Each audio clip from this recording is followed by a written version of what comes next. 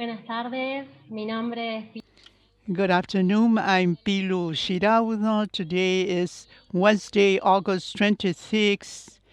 It is 5:30 p.m. I welcome from Venado Tuerto, Southern Santa Fe. Thank you for joining this presentation, Livestock Handling and Animal Welfare by Temple Grandin. In these presentations, you can write questions in the section and the space to the right of your screen. After her presentation, I will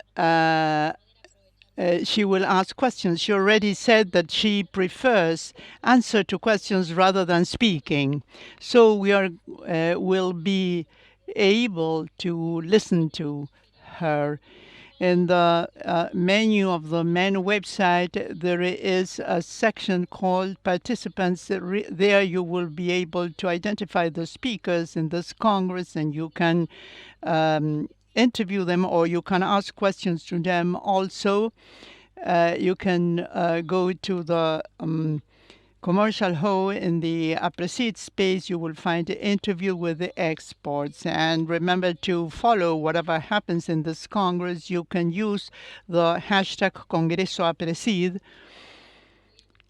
I will introduce Temple Grandin. She's an activist and international representative of the autistic spectrum. She is a ethologist, is a teacher in the University of Colorado.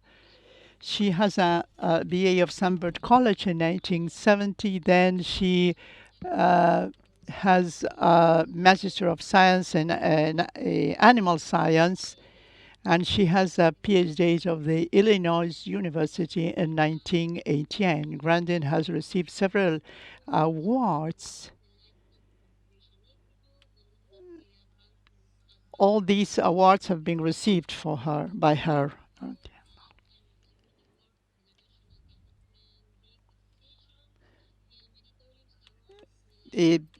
Several she has been part of the Academy of Arts of Science and the Hall of Fame of Women in 2017. She has been appointed one of the most influencing women in the Times Magazine. Temple, you are welcome to Argentina. Welcome to our Aapresid Congress. And I want to ask you, tell me some before I get started, who the audience is in this Congress, who's attending. Are they students? Are they what exactly is the audience? I'd like to know.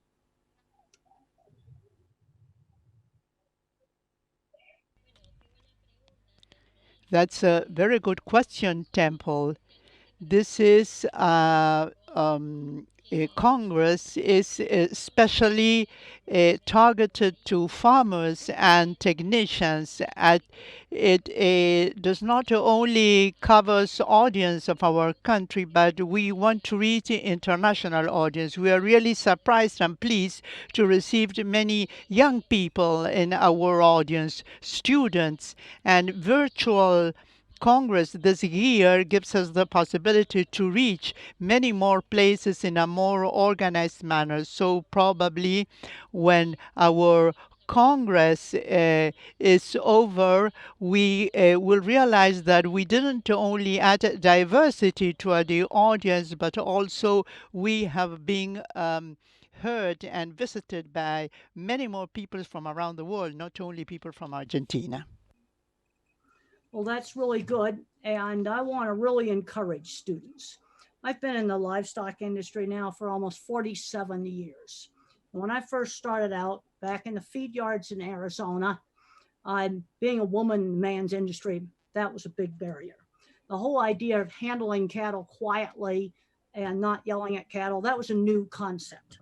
And some of the very first work I did is I looked at what are the animals seeing when they walk through the race? Nobody had thought to do this. Also, at the time that I did this, I didn't know that I thought in pictures. Everything I think about is in a picture. And if you've seen the movie about me, it shows how I think in pictures. And I've now learned that most people think in words, but if you think in pictures, it's very obvious to look at what are cattle seeing going through a race. And I noticed they would stop if there was a coat hung on the fence, a chain hanging down, a piece of paper on the floor, a paper towel hanging down.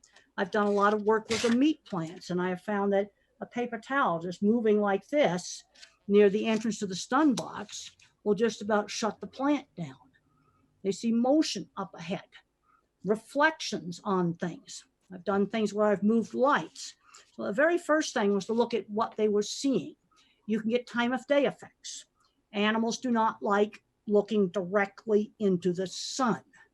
So maybe 2 hours later, then they're going to move through the facility really easily. You just, but at night, you can light up the inside of a building to get to encourage the animals to come on in. So lighting has a big effect, and things have gotten a whole lot better compared to what it was even 10, 20 years ago. You know, at least in the US, there's been a lot of emphasis on low stress, good stock handling. Our cattle association has been training ranchers on that. So now that's accepted practice, is to handle cattle quietly. And you get a lot of advantages doing this. Better weight gain, better reproduction. My student years ago, Bridget Voisinay, did the very first study on cattle temperament and weight gain. And animals that jumped all around when you handle them had much lower weight gain. And 25 years ago, that was a real radical concept. Now, the thing that I really want to encourage students today, I was talking to our veterinary students just yesterday, and I had students ask me, well, how did you influence the cattle industry, influence in a good way? One of the things is I wrote about the things that I did. I would design a new facility, I wrote about it. I worked on auditing programs in animal welfare, and then I wrote about it. Writing about things. Okay, now we have videos we can do online. I've got a cattle handling talk that's in English that you can look up, and you are welcome to translate that into Spanish. It's called Temple Grandin General Cattle Handling Video, Temple Grandin General Cattle Handling Video. You want to translate that into Spanish, you can go right ahead. Now, I have found over the years that I still have to keep talking about a lot of the same things, like no yelling, no yelling. Yelling has intent. Cattle know that you're mad at them. Where maybe a gate is slamming, it doesn't have intent the same way. When you're working your animals through the single file race, bring up fewer animals. Good cattle handling is going to require more walking. Fill the crowding pen that leads up to the single file race half full. Bring up fewer animals. Time your bunches so that as you bring them up to that single file race, there's a place for them to go. Because if you just let them sit there, they will turn around on you. It's going to take some time to learn good low stress stockmanship. And what I have found is management, the management of a ranch has to really put some importance on this. That's another thing. One of the mistakes I made when I first started out in my 20s, I'm now 73, I thought I could fix things with equipment. Good equipment is really important, but it doesn't replace management and skill in handling. You have to have both. Cannot emphasize that enough. And you also have to have management that insists on good animal welfare and good handling. Now, I would be very happy to do some questions. You can go ahead and type them in the Zoom chat. And if they're in Spanish, then the translator will translate them for me, because I kind of like doing kind of an interview format. So maybe some people could get a few questions. Now, until I get some questions, I can bring up a few other things about animal perception. An animal's world is sensory based. not word-based. You want to understand any animal, horse, dog, cattle, it's a sensory-based world. It's a world of pictures, a world of what they hear, what they smell, what they feel. It's not in words. So thinking in pictures is specific. I've seen situations with horses where they'll say, well, he's seen that bicycle before. Why did that animal all of a sudden get afraid of that bicycle? Well, I want you to think about it. Let's say you had a giant stapler that was 3 meters long. You see how it looks this way? If I turn it this way, it looks totally different than turning it that way. Well, you have the same problem with a bicycle. So you want to teach a horse about something new, walk them all around it because it can look different from a different orientation. My student, Megan Corrigan, did a experiment with a child's play set. Bright plastic, blue, yellow, red, green. Had a little swing on it for the kid to swing on it, had a little slide. And she trained the horse to walk by the play set just on one side. And when she took that play set and turned it, it looked different, just like the stapler looked different when I turned it. And the horse was afraid of it. Now, she did her experiment a very slow walk, so the horse had a mild reaction. If they had been galloping, the horse probably would have dumped her off. It was done at a slow walk. This answers the question that people lots of times have at horse shows. My horse was fine at home, and he went crazy at the show. That's because you got a lot of new things at a show, like bicycles, flags, balloons. I call those things the big three. You want to get your animal accustomed to those things before you go to the show. Or you can have cattle that you bring them into the auction and they're going completely crazy. And sometimes the worst cattle for doing that are the ones that have not been exposed to different vehicles and different people. You can actually get animals used to different vehicles and different things. And then they're going to be less afraid when they go to new places. Another thing where you really will see differences in temperament in animals is when you suddenly introduce something novel, like bringing the horse to the horse show, and you suddenly, there's flags there. And he's never seen flags before. Well, one of the best ways to get an animal used to flags would be to tie some flags to the fence in a big pasture and allow your animal to walk up to them, to quietly walk up to those flags. That will let them approach it. See, the thing about something new is if you let an animal approach it, it's interesting. You just shove it in their face like this, it's scary. So tie the flags to the fence and let your animal walk up to the flags. Now, I really would like to get some questions right now. Maybe we can get some people to ask a few questions. Bueno, Temple. Sí, claro que sí. Of course, Temple. There are lots of questions.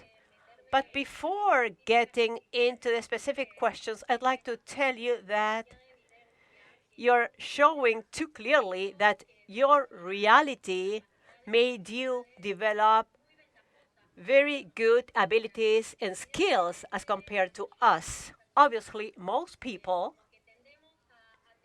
well, we tend to have a general structure and we miss the opportunity of being aware of our senses, which apparently is key to meet all the other productive goals that we may have in any cattle breeding activity. Is that right? First started when I was in my 20s, when I was like 22 years old. I thought everybody thought in pictures the way I did.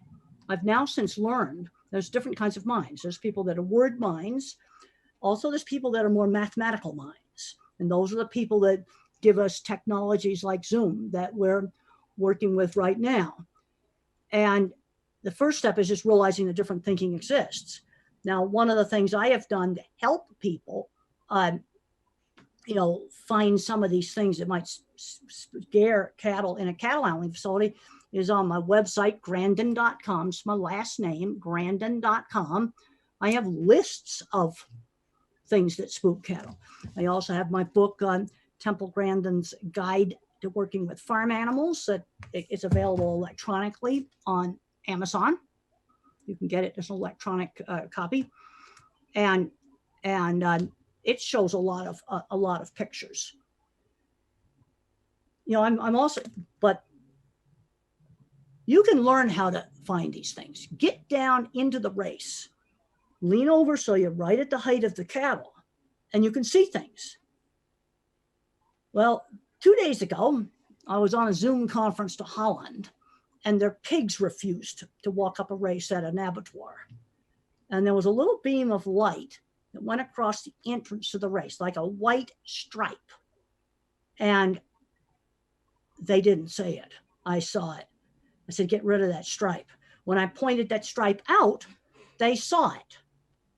And then one of the most fun trips I ever had, went to Ireland, land in Dublin, go through customs. Then we go out and rent a really, really, really wonderful black helicopter. Very cool.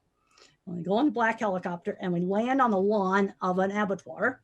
And I go there, and their cattle refused to go into the stunning box. Well, there were 6 holes in the fence about that big where the cattle could see movement of people and equipment. So we got some tape and we covered up the holes, and then it worked just fine. So it can sometimes be something very small.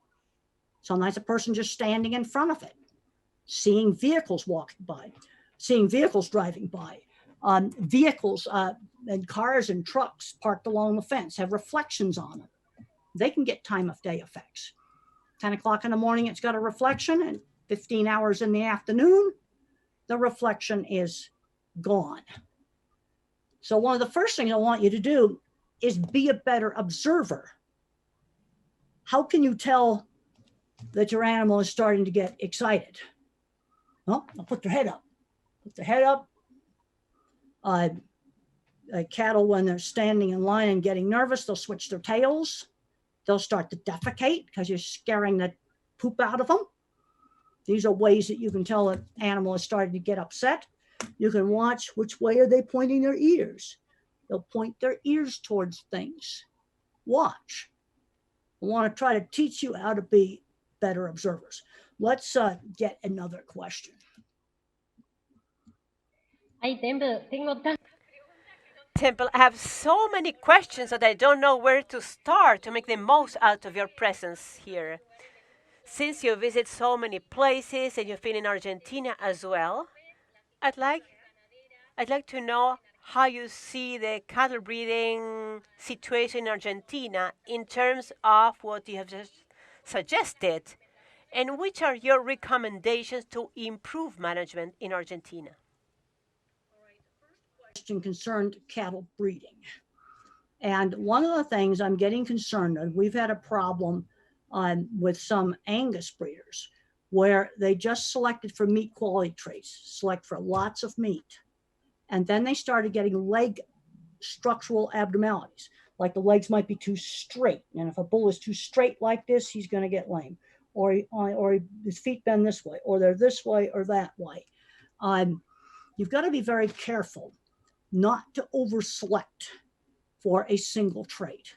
In any animal, you will wreck your animal if you do that. Now, fortunately, in the US, our US Angus Association started to come out with guidelines to select breeding stock, especially breeding stock, to have good feet and leg structure. Because if you have bulls with maybe they're straight like this, he's not going to last very long. He's going to have difficulty walking. You've got to have good feet and legs if you want a bull to get out and walk, breed, and do what he's supposed to be doing.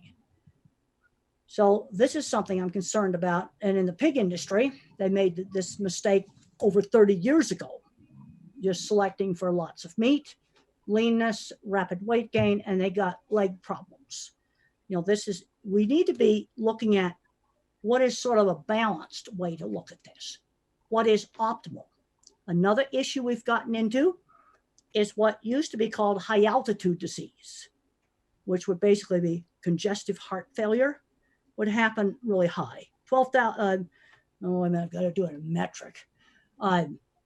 Way up in the high altitude, I'll just have to say.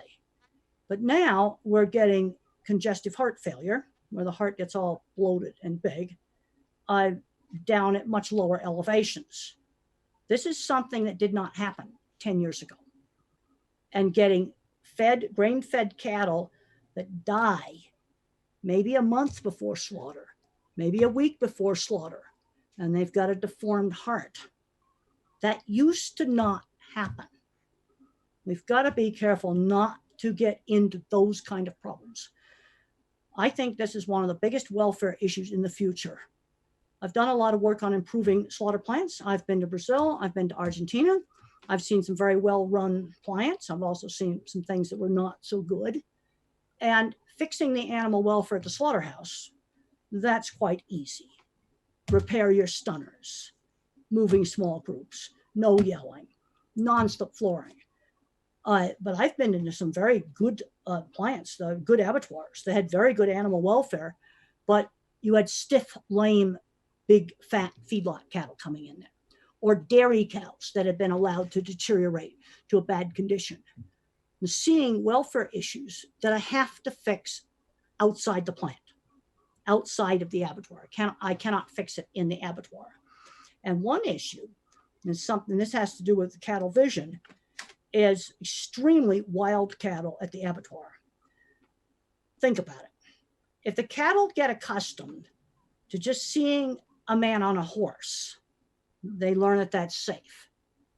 But then at the abattoir, they now see a person on the ground. That's a different picture. Man on the ground is a very different picture than man on a horse. And you can get into a very dangerous situation in an abattoir if the first time they see a man on the ground is at an abattoir. It's really important to work with cattle and walk amongst them to get them accustomed to people walking before they go to cattle markets or abattoirs. Because you can have a situation where the flight zone might be 2 meters to the man on the horse and 15 or 20 meters to the person on the ground. And that can become very dangerous in small pens. But on breeding, let's be careful. There's a lot of people selling semen and getting the biggest animals that grow the fastest. That is not usually the best thing to do. When you look at sustainability, smaller cows may be better. Smaller cows do not eat as much grass. We've got to start looking at what is optimal. Maybe we can take another question. Temper,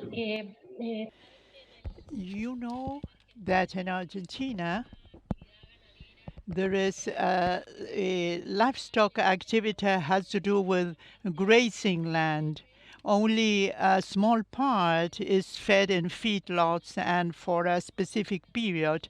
I would like to know your opinion about the use of dogs to handle this livestock. You were talking about a abattoir. How should we accompany, how should we train these animals, not only for cows, but also for pork? Because how should animals be supported or accompanied when we move them, whether we are taking them somewhere else, but especially when we are taking them to the abattoir? And what's your opinion about using dogs for livestock activities? Okay, it seemed like there were 2 questions here. Dogs was one of the questions, and the other question about grazing land. Now, I know in Argentina and also in Brazil and in the US that the cattle spend a lot of time on grazing land. And when we look at sustainability issues, that's something, especially in Argentina, you want to keep doing that. You know, you're going to have people coming in and saying, well, you should get them in the feed lot earlier, feed them grain earlier. Well, you have a great market for grass-fed beef, being really sustainable. That's something you need to be capitalizing on that. Now, when it comes to dogs, and I want to talk about, this is dogs for handling. I'm not talking about guardian dogs that protect animals from predators. I'm talking about dogs for handling. I have seen use of dogs that range from excellent to terrible. I have seen the whole range. And let's start with in the corrals and around the race. I do not like dogs biting at cattle in the single file race. All that does is teach cattle how to kick. And then they're going to kick you and kick other people when you sell them. Now, I have seen some dogs sometimes used very nicely out in the field, where the dog learns how to work on the edge of the flight zone, moving them quietly. But in the corrals, I do not like dogs. Okay, there was also a mention here of pork.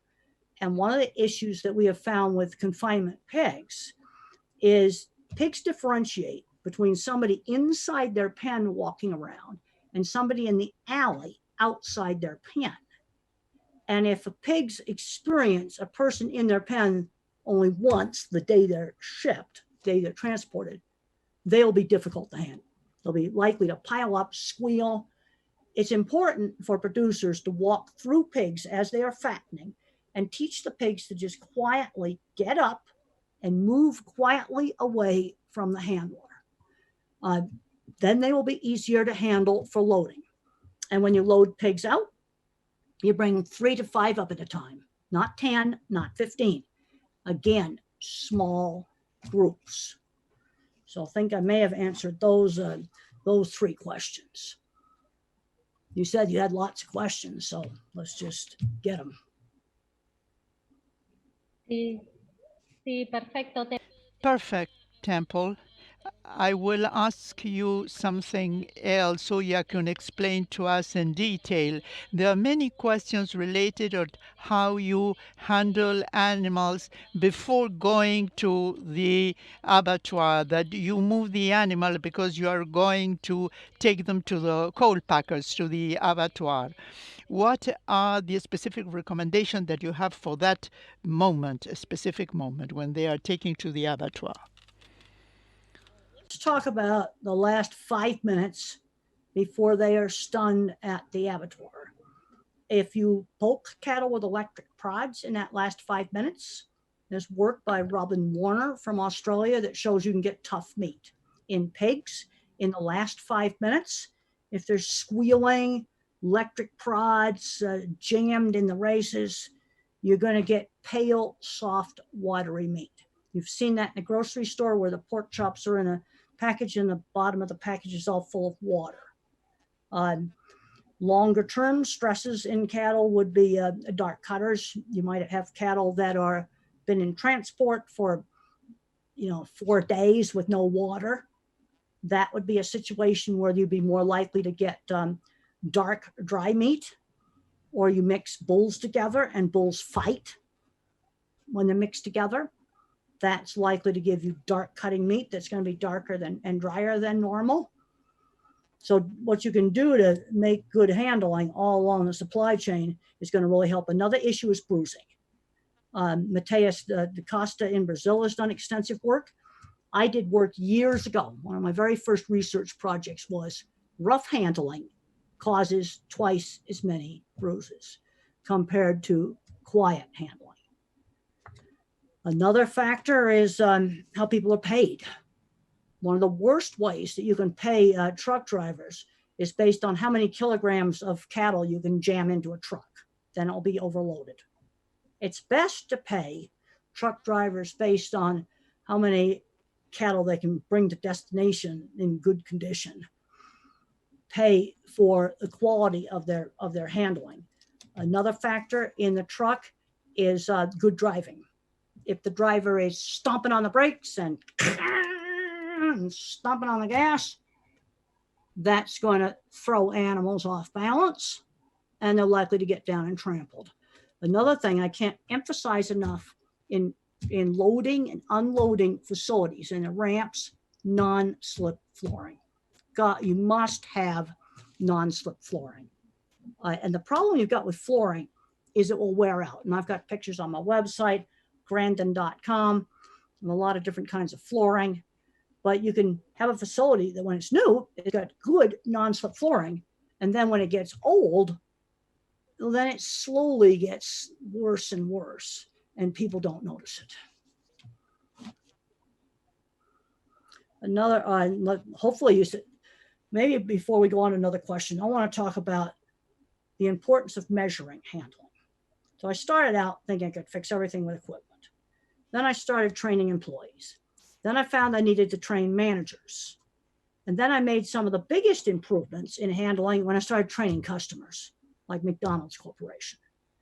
And I used a very simple scoring system that's now our US Beef Quality Assurance scoring system. My student, Ruth Woollywody's done a lot of work on that. And you measure, well, how many cattle fell down during handling? How many cattle, when you caught them in the squeeze chute, you caught them wrong in a squeeze chute? Or you used an electric prod on them? Or they were vocalizing and mooing when you were handling them? These are things I can measure. And then I can tell, am I getting better in things like electric prod use or cattle running? I can measure cattle running. And then I can tell, am I getting better or am I getting worse? This is what's called an animal-based outcome measure.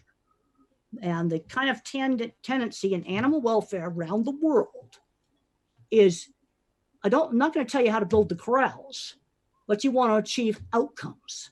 Very low levels of falling down, very low levels of electric prod use, low levels of vocalization, very low levels of running when you handle them, or miscaught in the restraint device.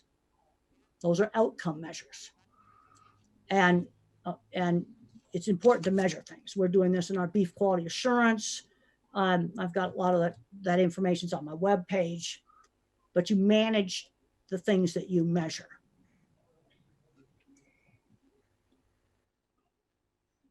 Let's do a question. Sí, bueno, la verdad que una de las preguntas era One of the questions was precisely indications to have a better handling in the chute, to try to do things better. You are giving us not only important tips, but you are telling us how to measure what we do. You were asking how is the audience, what is the audience that is listening to you today? And this is a very diverse audience, but we are receiving questions about sheep, about cattle, about grazing. We have here horse taming. So the questions, I mean, how can you frame, or which would be the indications for a humane handling in horse taming?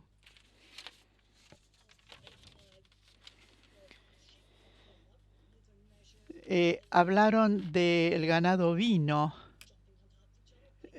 También se puede medir cuando las ovejas saltan una arriba de la otra y se caen. La vocalización no funciona con las ovejas. Hay diferencia como para poder medir el comportamiento de las ovejas en el corral. Con respecto a los caballos, bueno, hay que tener una capacidad natural para el manejo de los caballos. Por ejemplo, de ponerle la montura al caballo. Esto ya es un tema. Se siente distinto el caballo con la montura en distintas situaciones. Si está trotando, si está caminando. Es que se le pone, cuando al caballo se le pone esta montura, es como si tuviera un peso raro encima. Y a lo mejor corre justamente más rápido porque siente este peso, y según camina o si corra, va cuando siente la montura encima, cuando camina, cuando galopa, cuando trota. La primera vez que le ponemos la montura y va lo más bien caminando, pero vemos que hacemos 3, 4 pasos y empieza a revolear la cola y para, empieza a mover la cola y para. Bueno, esto puede sorprender porque tenemos que pensar de que el caballo Different feeling for walk, trot, and canter. And so take it easily. Now, if you have a horse that already has this problem of bucking when you change, like from a trot maybe to a canter or a gallop, their thinking is very specific. You might get a completely different kind of saddle. And when you do that, it's going to feel different, it'll be like a completely different backpack. And we're going to just start over again, like maybe switch from English to Western, or that was what we would do in the US, with a very different saddle pad. And we'll start over very gradually. And we're going to make sure he gradually gets used to it and we don't let him buck. We need to be getting away from the rough training methods. Like I remember going out to an experiment station out in California, and they had a mare there with a very young colt, maybe a week old. And some of the students were saying, well, I can't touch the colt. So I just went up and I started stroking the mare. Don't pat animals. Patting is perceived as hitting. You want to stroke it. Stroke the animal. Stroke it. So I'm stroking the mare and I'm stroking the mare. And then I casually just reach over and I stroke the baby. And it lets me do it. I don't like sneak up like this. And I discuss some of these things in my book, Animals in Translation. And then you can just start, you can stroke the little baby too, but don't sneak up on that baby and just grab it. This brings up another really important thing. It's important when you first start training horses that their first experiences with people are good first experiences, because they'll remember bad things you do to them.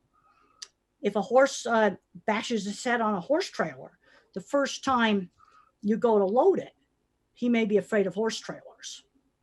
There was a horse that became afraid of black cowboy hats because a stupid guy threw alcohol in the eyes of this horse, and he was wearing a black cowboy hat. White cowboy hat was fine. Black cowboy hat became really scary. No, we've got to try to prevent these things from happening. And the more nervous the horse is, like maybe an Arab, that's you'd call that horse hotter than maybe a quarter horse. What is temperament? They'll say, well, this horse is hot or this horse is cold. Well, an animal that's got a hot temperament is an animal that gets scared more easily when you suddenly just shove novelty in its face. So if I open up an umbrella suddenly at it, or I just threw a flag at it, that animal would have a much more violent reaction than an animal with a calmer temperament. Now, well, we got to get away from the rough stuff in horse training. This business of tie it up to a pole and let it fight it out. I remember going to Chile years ago, and they had spurs this big. They were just forcing these horses. And these horses actually had a rather calm temperament, because if you'd done that to an Arabian, you would have traumatized that horse and totally ruined it. And the people that like to do rough training methods often do not like horses like Arabians. If you treat Arabians gently, they're some of the best horses. But if you rough them up, you can ruin them. You can wreck them. It'll give them a post-traumatic stress syndrome. And there's research now where showing, yes, animals actually can get post-traumatic stress syndrome. Also, animals have emotions. And I like the Jack Panskep emotional systems. There's very basic emotions. There's 7 basic emotions. All animals and people have got them. And this is neuroscience. You have fear. Fear is an emotion that motivates you to escape danger. A lot of animals have fear of falling because you can get hurt if you fall. Then you have anger. But most of the problems you're going to have with cattle when you're handling them, or horses when you're handling them, are going to be due to fear. And the big mistake that people make is they punish that fear, and that just makes it worse. Then you have separation distress. You take the calf away from the cow, you take the colt away from the mare, they're vocalizing, whinnying, mooing. That's separation distress. Or you have one lamb off by itself, it's separated from its flock mates and it's bleating, that is separation distress. That's different than fear. Then the fourth emotional system is seek. Seek is the urge to explore. And some animals like to explore. There's been some interesting work with cattle with GPS collars. And some calves will go out and graze a whole lot of pasture, and others will just sit around the water hole. They're low or high seek. And the thing that's interesting, if you decorate a pasture with a flag in the middle of the pasture, or let's say I put a chair out in the middle of the pasture, something weird like that, that high-strung nervous animal, that Arab mare, she'll walk up to it first. If it's not threatening and it's just quiet, she'll walk up to it. And then the next emotion, of course, is sex. And then you have the mother-young nurturing. That's the oxytocin system, licking, caring for the young, animals grooming each other, and then you have play. Now, these 7 emotional systems are, genetics has a big factor on them. Genetics is a very big factor. You need to kind of imagine a music mixing board. You've seen a music show and it's got a slot for each, you can adjust the volume. Well, imagine each one of these. Genetics adjusts it. And if you handle young animals really, really roughly, you can make them anxious permanently. Now, we've got to get away from rough methods of training horses. That's something we need to get away from. Maybe we could just do another question now.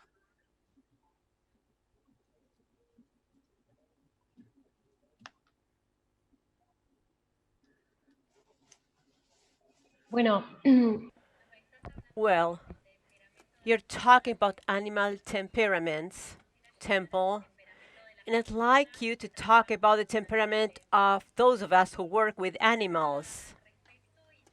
What do you think about that? And I also have a question about whether there is an ideal number of team members to provide a calm environment for herds.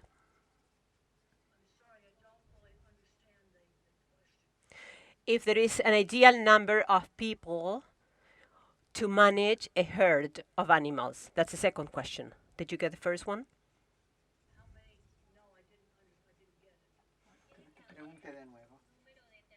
Do you need a certain number of people to handle the cattle in general, or is it the same?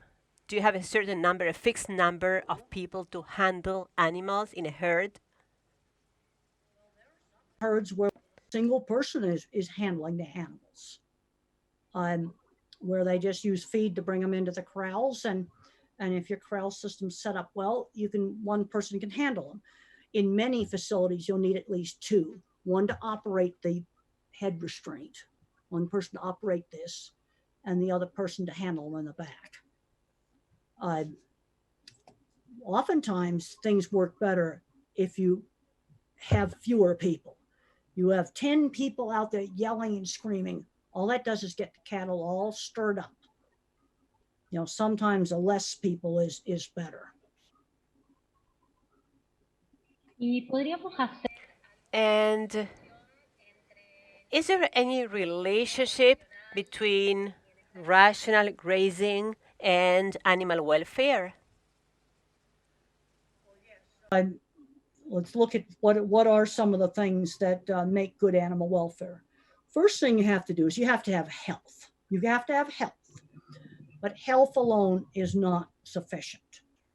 You have to have health, but you need to have some other things to give that animal a good life.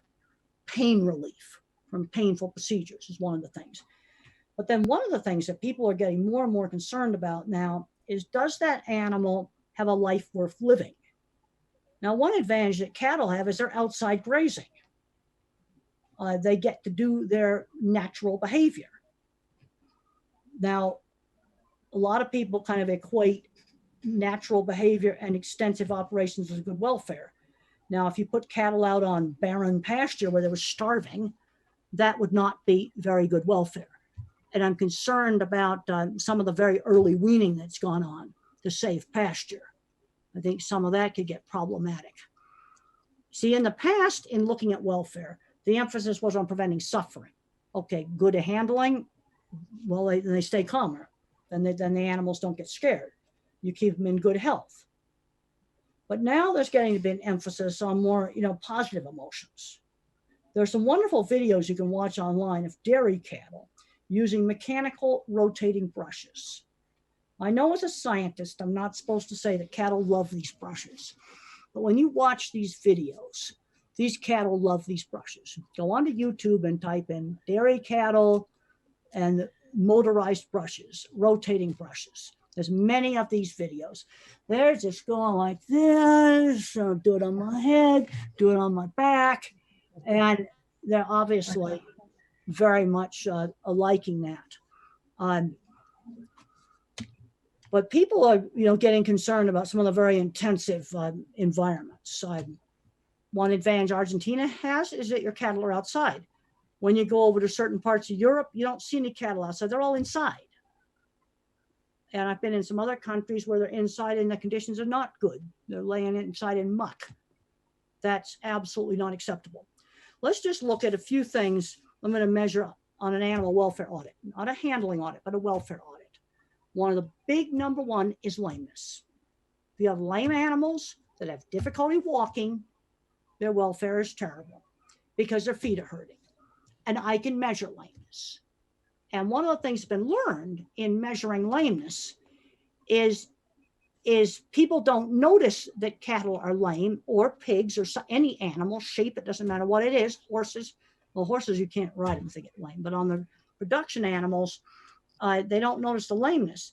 And then when you go in, you actually measure it. Farmers are shocked that the lameness and the difficulty walking was double what they thought it was. And that's shown up in 3 different studies. Another thing I want to measure is body condition. How many skinny animals do you have? Now, usually on pasture, we don't have too much of an issue with cattle getting dirty, but you've got some indoor environments where cattle, or outdoor feedlot environments where cattle are getting filthy dirty and like stomping around in mud hole. So you can measure how much dirt is on animals. These are just some very, very basic things we can measure. Then we do our handling measures. Another issue is heat stress. Black cattle have become very popular. One of the downsides of Angus cattle is heat stress. Black-hided cattle get hotter. And the scientific research is very clear. If cattle are breathing as soon as that mouth opens, they're too hot. Cattle at rest should breathe with the mouth closed. Soon as that mouth opens, and I'm talking about at rest, not during handling. As soon as that mouth opens, they are getting too hot. And then as it opens more, and the tongue is sticking out more and more, what the research is showing is their internal body temperature is going right up. The more they pant, the more the tongue sticks out, the hotter they're getting. And you've got cattle with open mouth breathing, they need shade. And this is something that some people don't like it when I talk about this. Will it be science-based? Well, I am science-based. And in my book, Improving Animal Welfare, Practical Approach, got the research reviewed on that. There's a lot of research that shows very clearly that open mouth breathing in cattle, and the same would be true for sheep, it's not as well studied. These animals are too hot. Also, another issue in animal welfare is pain relief. People say, oh, well, I castrated these cattle and they just went up and they were drinking water. Well, cattle and sheep are prey species animals. They don't like to show that they hurt. They cover up the fact that they're hurting, especially if people are watching. Yes, they do feel pain. And the research is very clear. We need to be giving them pain relief after we do painful things, such as dehorning or castration. Those are just some of the really basic animal welfare things that you can do. Pain relief is something you just have to do, but you can measure heat stress, dirtiness, lameness, difficulty walking, body condition. These are things that are easy to measure. Okay, let's go on to another question. Siempre, Of course, there are so many questions that I don't know how to organize things to make the most out of your presence and for people to be happy and know that I'm answering your questions. You talked about castration. What do you think about the gum method or the surgical method or maybe any other method you can recommend for castration? The scalpel method? Castration in younger animals, they're less stressed. Now, there's some people that are doing banding of older animals when they get much heavier. They might be 300 kilos, they're a whole lot heavier. And there's been some research by Karen Schwarzkopf in Canada that shows this can be quite stressful, can really be stressful. When they say that you put a rubber band on a big bull, that's low stress, it's not. It's not. The research is very clear. I'd like to introduce you to Google Scholar, in case you haven't used that. Google Scholar will take you into the scientific literature, and you can look these things up, and you're going to find out that they definitely feel pain. Now, when I went to Brazil, they were feeding intact bulls. I was in Brazil last year.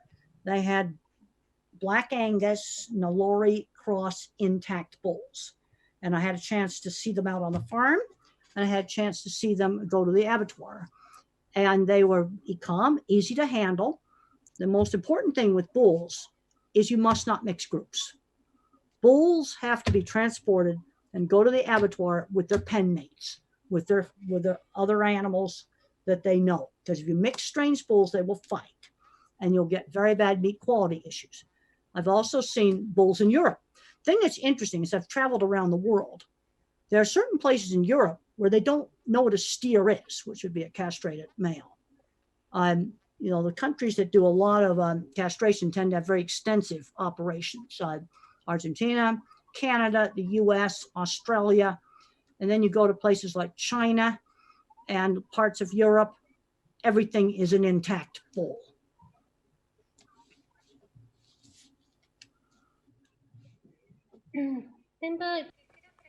I'd like to know your recommendations for the management of electric fences. For older animals, it is easier, but what are your recommendations in terms of breeding animals or younger animals who are starting to get used to electric fences? You don't want to do with electric fencing is have it in too small of an area where the pen is too small. I have seen problems where the cattle were in very small pens with electric fencing, and the animal was always watching its backside to make sure that it wasn't going to hit the electric fence. It's important when you first introduce electric fencing that they'll jump back and learn to stay away from it. Because if they learn that they can run through it, then you're in a whole lot of trouble. From an animal welfare standpoint, electric fencing is fine. Animals learn to stay away from it. It enables some really good pasture management systems, which I'm definitely a fan of. Because one of the things that I've been thinking about, as they get criticized about eating meat, is if you use grazing animals properly, they can improve the land. You can sequester carbon, improve the land. Use them wrong, they wreck land.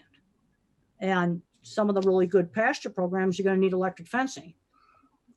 Just have to use it right. I don't like it in a very small, like 3 meter wide.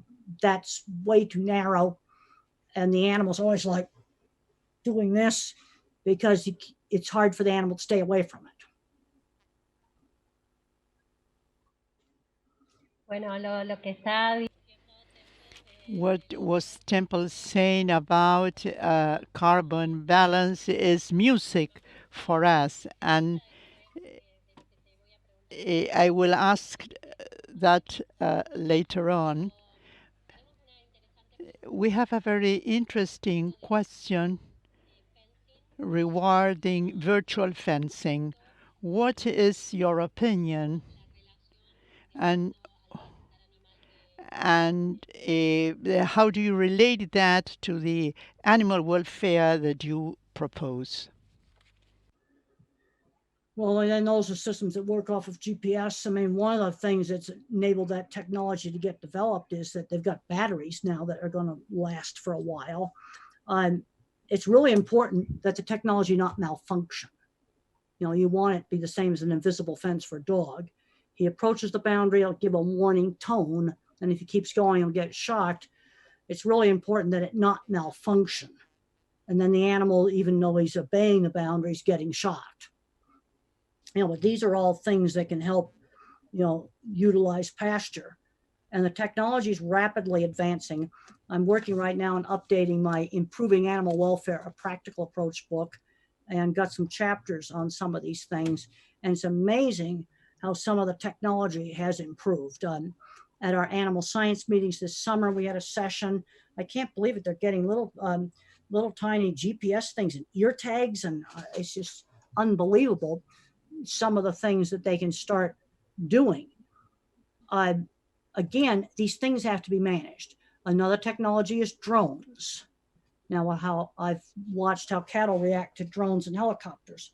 If you go way up high and then you bring a drone or a helicopter, we've done this in a helicopter too, and you bring it down like this, they just look at it. But if you come in low like this, the animals get scared and run off. And I've actually seen some cattle herding with drones. I don't think that's the best thing to do. But one advantage is, one thing where you can use that technology is to look at the land and see how you're distributing your animals. Look at what they're eating. There's amazing stuff that's getting done with satellite photos now. You know, we need to manage grazing. One of the things that really got me thinking about how animals are part of the land was it's really important that scientists go across disciplines. In our animal science department, we invited a crop scientist to do a seminar in our meeting. And he explained how the best soil in the US, in Iowa and Illinois, our finest soil for growing crops, was created by herds of grazing bison. This is the way we need to be working with the cattle. Bring them to a place, graze it, move them. Now, maybe we can do that with virtual fencing, this with GPS. Get cattle to graze more like the wildebeest. Come in and graze an area, or the ancient bison. Come in, graze an area, mow the grass, not rip it out of the ground, and then you move on. Because you've got to have enough recovery time. And one of the things I've learned in crop science is the grass up top can look recovered, but the roots down below take a longer time to recover. And if you don't allow enough recovery time, then you'll end up wrecking the pasture. But there's some really wonderful things we can start doing with virtual fencing to mimic how wild animals grazed pasture, because just regular domestic cattle will not just do that. And bison won't do it either. You see, there was a whole migration pattern. Predators would keep them bunched. There's no way now that we could possibly duplicate that. But that was a real wake-up call for me to learn how grazing animals created the finest cropland, the best cropland we have in the U.S. Sin duda, Temple, todas estas tecnologías, lo mismo que para la agricultura, necesitan de operarios muy calificados y de un uso tremendamente responsable para que realmente sean un avance en toda esta temática. This requires qualified staff, both in agriculture and also for management of animals. A while ago, you spoke about this move about not eating meat, or you are in Aapresid, in association that is working for 30 years now with responsibility and with consciousness about, or awareness about, sustainability, and to produce in an economically viable way, but using less and less resources and protecting the environment. We have questions from students that say to what extent this concern with animal welfare has to do with these global movements that promote them. And is the academic sector prepared to train professionals and to train students along these lines? Well, people are getting more and more interested. One of the things we're going to have to do is have much more cross-disciplinary cooperation between the animal science, between the veterinary science, and the crop science. One of the things that's happened in my country and in many countries is that you have farmers that raise crops and then ranchers that raise cattle, and they've become specialists. And we need to be getting the crops and the cattle back together again. And some good things have started to happen in our state of North Dakota. Went to a seminar 2 years ago where they're not just growing corn and soybeans, they're also growing other crops that they can graze cattle on, get the cattle back as part of the land. And these are things that we're going to have to start doing, is integrating livestock with agronomy. And what I have found on innovative things, it doesn't matter whether it's innovative, electronic equipment or it's something in farming. Little people innovate. Big companies don't. Little people innovate. And there's a number of very progressive, small ranchers and even some big ranchers starting to do innovative things. And then what you need to do, if you have a ranch that's doing something very innovative, is write about it. People ask me, well, how did I become influential in the industry? I wrote about things. Writing was a very important part of my career. So if there's a rancher that's doing something very innovative with grazing cattle and crops, for example, then you write about it. Or a really good pasture rotation system, you write about it and you tell how to do it. Because we're going to have to get a lot more cross-disciplinary, and doing that's going to require effort. And I want to encourage students to do things. Even in my own university, we were building a brand new biology building that was just finished about 3 years ago. And I was traveling out doing a lot of talks and a lot of cattle stuff. And when they were building a new building, they had a sign there and it said that was our biggest department. And I looked up the web pages of a bunch of professors in biology, and they were doing some really interesting thing in sustainability, but they were not communicating with our department. The first step I'd recommend at the university for the academics is the veterinarians need to go and look at what the crop people are doing, what maybe just some other zoology people are doing, and get on the websites of these other departments and start looking up some of the papers, and you can find great people to collaborate with. Because I'm a big believer in crossing that divide between the academic research and an innovative person out there in the field doing something completely innovative. That's how we bring things forward. And I was very pleased when I went to South America, and I've been here many times, with the students. A lot of students here that are really interested in doing things. Get out and do it. You're the future. All I can do now, I've been in this field for 47 years. All I can do now is encourage young people to get out and make a difference. Livestock are part of the land. Let's start using them right.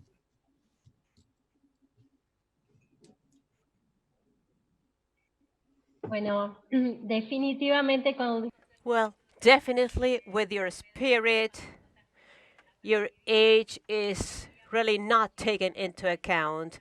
You would stay much longer listening to you. We have lots of questions about how to keep learning, evolving, and I think throughout your discussions, you have told us about your books, your videos, your websites. There is a lot of information we can profit from to keep on this way you're pointing out. And we are also extremely happy to hear you talk about the integration of systems. This Congress, always alive, forever green, turns us to sustainable integration of production, and the integration of productive system is key to achieve this. Thank you so much, and would also like to thank the audience, but please don't leave because we will let Temple get some rest for a few minutes, and later on she will show up at our Aapresid booth. It's been a real pleasure, Temple, to be with you. Thank you so much on behalf of Aapresid, on behalf of our 28th Congress, and greetings from Argentina. Very much for having me. And I just really want to encourage the students. I want to encourage the innovators out there. Another interesting thing that I've observed is that methods such as like probiotics, for example, things like reducing the use of antibiotics. 20 years ago, agriculture was going, that stuff is stupid. Now they're realizing that that stuff is good. And I was at a huge trade show where they have a lot of poultry products, and they're using probiotics now. Big signs all over the trade show. Now, unfortunately, everything shut down with COVID. I haven't been to any conventions since March 12th, but things that were considered far out 20 years ago now are mainstream now. And the thing that's interesting, having been around for a long time, is I watched certain things that were considered maybe ridiculous become regular accepted things that work. And a lot of these things came from the smaller guys. Little people innovate. They start innovation.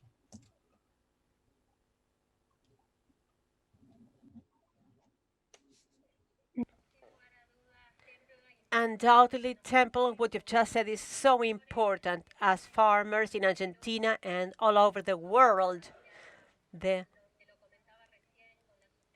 Our commitment to sustainability, to increasing production, to increasing quality. I'm sure that after the COVID pandemic, that demand will be stronger, and we will always be committed to the environment. Thank you very much again. Stay tuned to listen to the interview to Temple on Aapresid booth, an interview by La Nación journalist.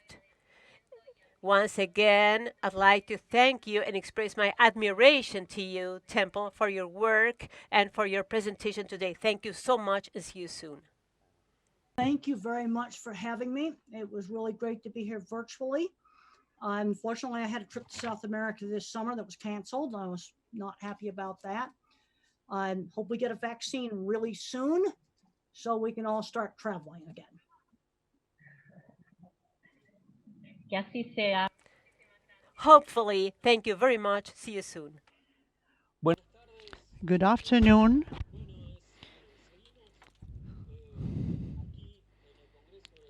We continue in Aapresid Congress. Now we are going to interview Temple Grandin. It's an honor for me that organizers of the Congress have invited me to interview Temple to continue with her interesting presentation moderated by Pilu Shirauda. Very good questions, Pilu, as usual, very well in her position.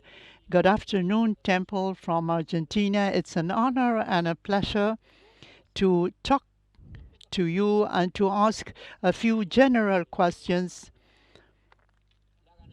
about livestock consumption trends and productions from your point of view.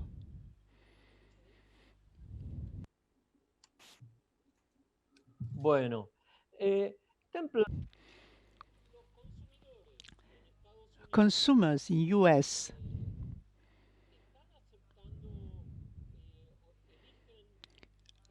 are consumers in US choosing meat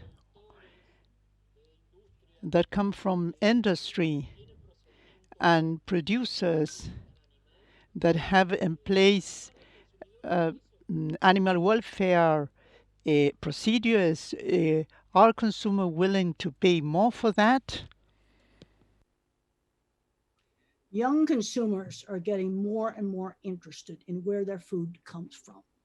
And one of the things that COVID has done is we had supply chain issues in the US because a big packing plant, in the big packing plants, the employees got sick. And we had a lot of problems in the pig industry. And a lot of pigs had to be killed on the farm and they were wasted. And people are starting to see that these big supply chains are very fragile. People are seeing supermarket shelves stripped. So there's getting to be a lot more interest now in smaller operations and more local sources of food. That is going to increase.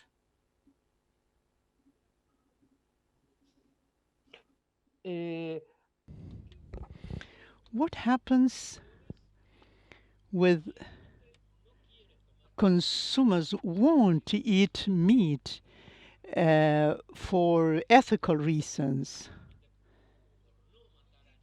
Because we've got to make sure we handle cattle right. Fortunately, our Beef Cattle Association has been doing many workshops, training people.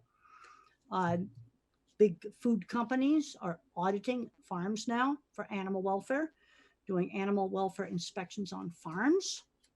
That's happening more and more, especially in the dairy industry right now. So there's things that are changing.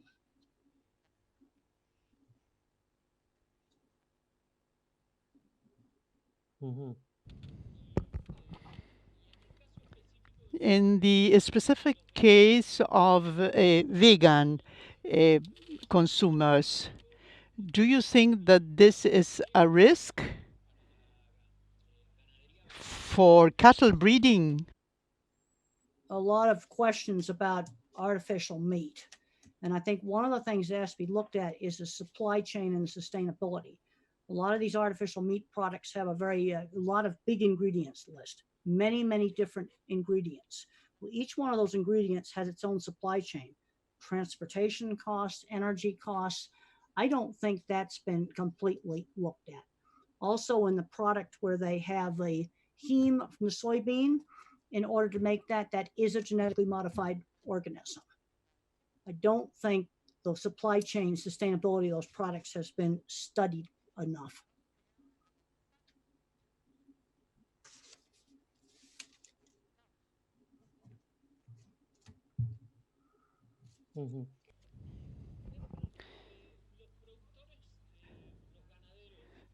Livestock breeders in United States that put in place animal welfare practices who have changed their way of producing, do they communicate this to the society? How they tell the society we are changing and we are working on new ways? There needs to be better communication with consumers. This is one place where industry still needs to improve. There's a lot of good things that industry has done, and they have not communicated it to consumers. They're getting better at it, but they still need to get even better.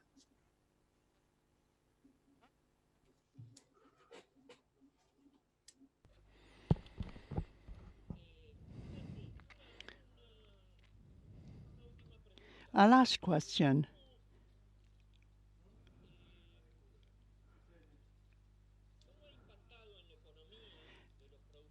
How has the numbers of producers been impacted, producers that have been working on or with animal welfare guidelines, these guidelines that you have communicated? Did their numbers, their figures improved? Are they more productive after implementing these practices? Good handling practices definitely make livestock more productive. There's a lot of research that shows that good stockmanship makes livestock more productive. Animals that fear people have lower production, weight gain, reproduction, many different things. That's an example of where good welfare definitely does pay.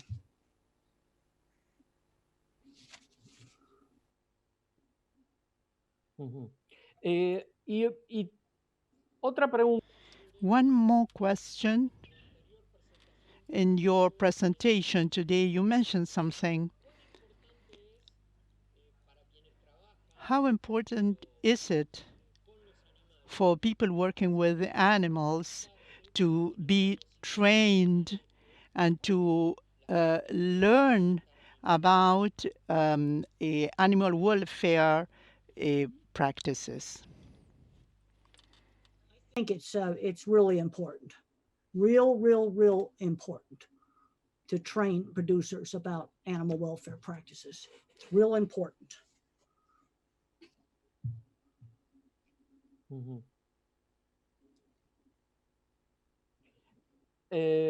Temple, y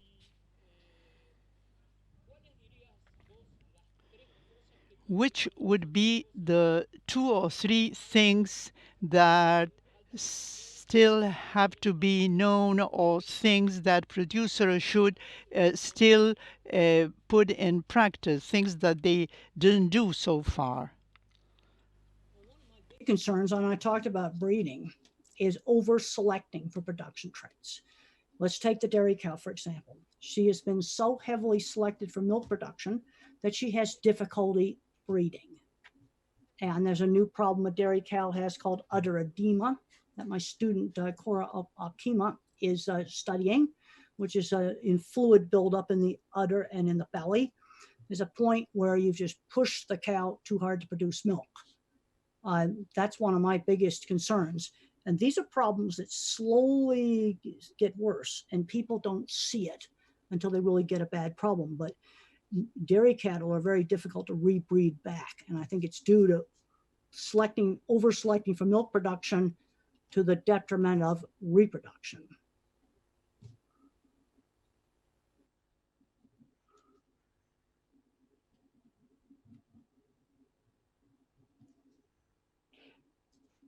¿qué importancia le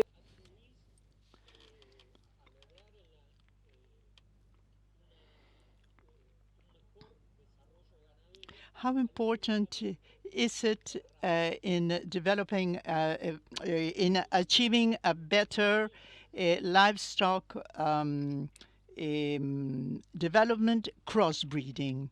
What does how does crossbreeding impact on animals?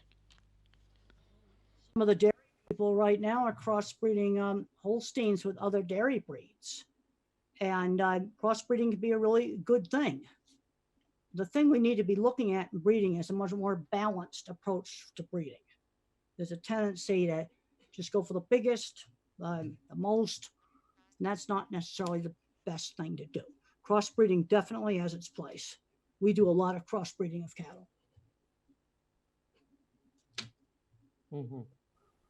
Okay.